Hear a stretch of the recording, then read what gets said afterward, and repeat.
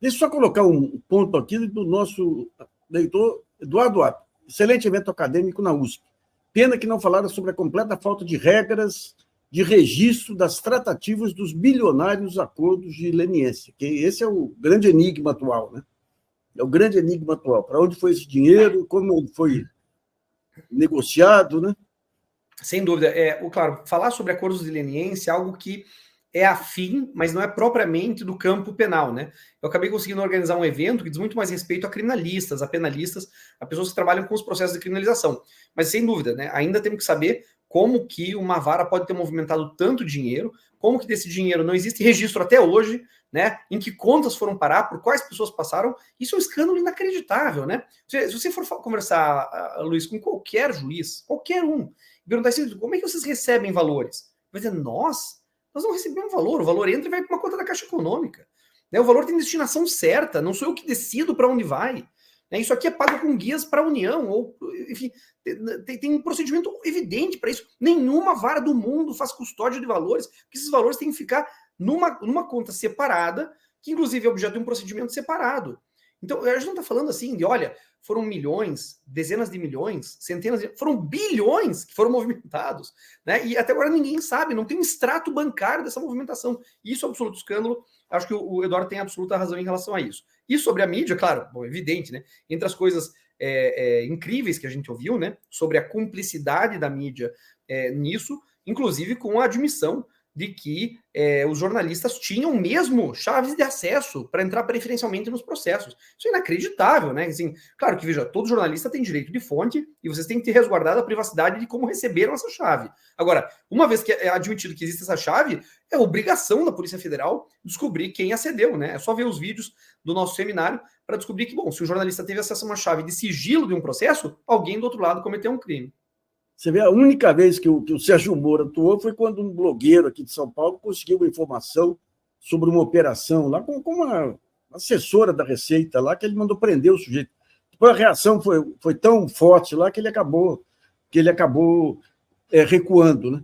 Mas agora, uma coisa que chama atenção, Maurício, você que está no centro do pensamento jurídico brasileiro, que é o 11 de agosto, eu na mídia, é que é o espírito de vira-latice da opinião pública especializada. Ou seja, o cara que era lavajatista, que ajudou a fazer chantagem em cima de ministro, que pressionou, quando os ventos viram, ele vira democrata, vira liberal, vira defensor dos direitos. E se amanhã o vento virar de novo? O que acontece? O Supremo é o caso típico. Se pegar o Supremo antes e depois aí, você fala, pô, é o mesmo do Supremo? O que acontece com... É falta de tradição democrática? Olha, em relação à parte da mídia, acho que você pode dizer melhor do que eu, mas acho que a gente está usando um adjetivo que não é muito correto. Ela não é tão especializada nem tão íntegra quanto ela faz parecer, né? Uma das coisas que também ficou clara no seminário é que muitas vezes a atividade da mídia é repassar informações sem maior profundidade, sem análise contextual. Assim como o direito se vulgarizou nos últimos anos, Nassif, não sei se o paralelismo é possível, mas me parece que o jornalismo também se vulgarizou, né? Quando a gente pensa assim, a capacidade analítica dos jornalistas, os cursos de formação, aquela ideia, pelo menos, Nassif, de que um jornalista tinha uma formação humanística, uma intensa carga de leitura, que ele havia se apropriado de um caldo teórico, sabe, cultural importante, eu não vejo isso. Eu vejo hoje o jornalismo de uma maneira cínica, rasa, dicotômica, sabe, sempre polarizada. E o direito também aconteceu isso, o direito se vulgarizou, hoje é muito fácil se constituir como um jurista, né? E acho que isso é um reflexo do Supremo Tribunal Federal, né? Você pode pressupor, porque está na Constituição, que as pessoas que estão lá têm notório saber jurídico, mas isso precisaria ser demonstrado. E os títulos de legitimidade que demonstram isso, bom, né, não estou dizendo que você precisa ter formação acadêmica para poder ter notório saber jurídico, mas é um bom sinal, né? Então a primeira coisa que a gente deveria dar uma olhada no currículo dos ministros e saber como é que eles foram colocados lá. Isso é um erro de parte a parte, né? O Partido dos Trabalhadores foi horrível, né, na maior parte das suas indicações, o bolsonarismo foi terrível também nesse sentido. Claro que o ministro lá, uma vez diante do tamanho do cargo, da dignidade que aquilo implica, pode se reinventar, mas a ideia de que existe lá notório saber, convenhamos, né, é uma ilusão. Além desse ponto, né, ilusório, o que a gente tem que entender é que no Brasil se vive uma enorme insegurança jurídica. quando regras que são assim compreendidas na literalidade, Nassif, quando basta ser alfabetizado para ler e entender o conteúdo, como pode aparecer um bando de magistrados, promotores, advogados, dizer que o que está escrito não é o que está escrito, é outra coisa que contradiz aquilo que está escrito. Aí quando você viola o princípio da não contradição, você sabe que não tem mais direito em jogo, o direito já foi corrompido, né? E se transformou em uma dimensão da moral, da política, do voluntarismo. Maurício, eu tive um arranca-rabo que me custou o emprego lá atrás com o Saulo Ramos, o tempo que ele era ministro da Justiça e foi consultor-geral da República também. E cada vez que eu denunciava um negócio dele, ele vinha com todo o juridiquês. E daí eu consegui um contato, nem sei como, com o ministro Sidney Sanches, que eu nunca vi pessoalmente.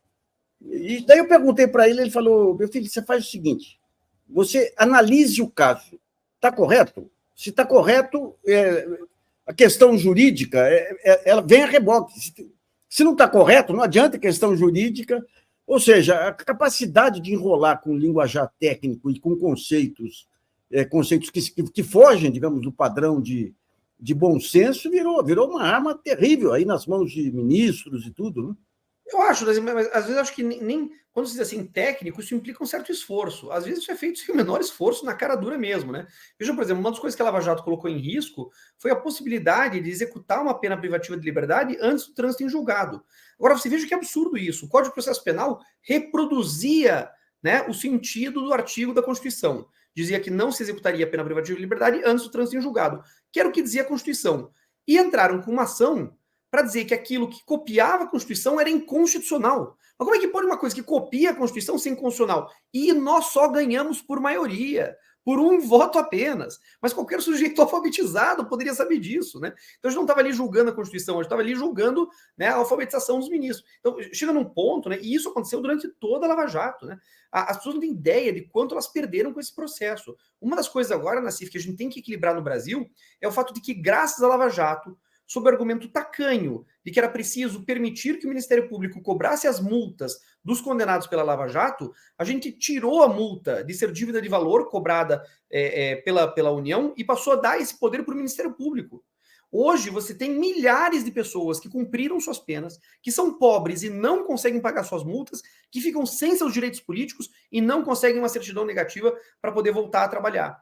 Então, uma coisa que foi mirada, sabe, assim, por essa elitezinha bacharelesca, vulgar, mas isso pode favorecer o pessoal da Lava Jato. Eles cancelaram o direito de dezenas de milhares de pessoas que cumprem pena e não conseguem pagar suas multas, especialmente no caso do tráfico de drogas, que são penas altíssimas aplicadas para pessoas que são geralmente bastante pobres.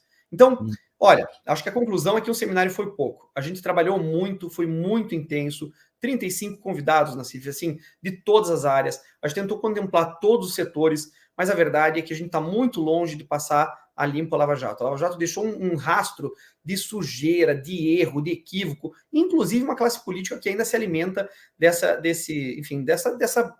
credulice, né? É a credulidade das pessoas de acreditar, sabe?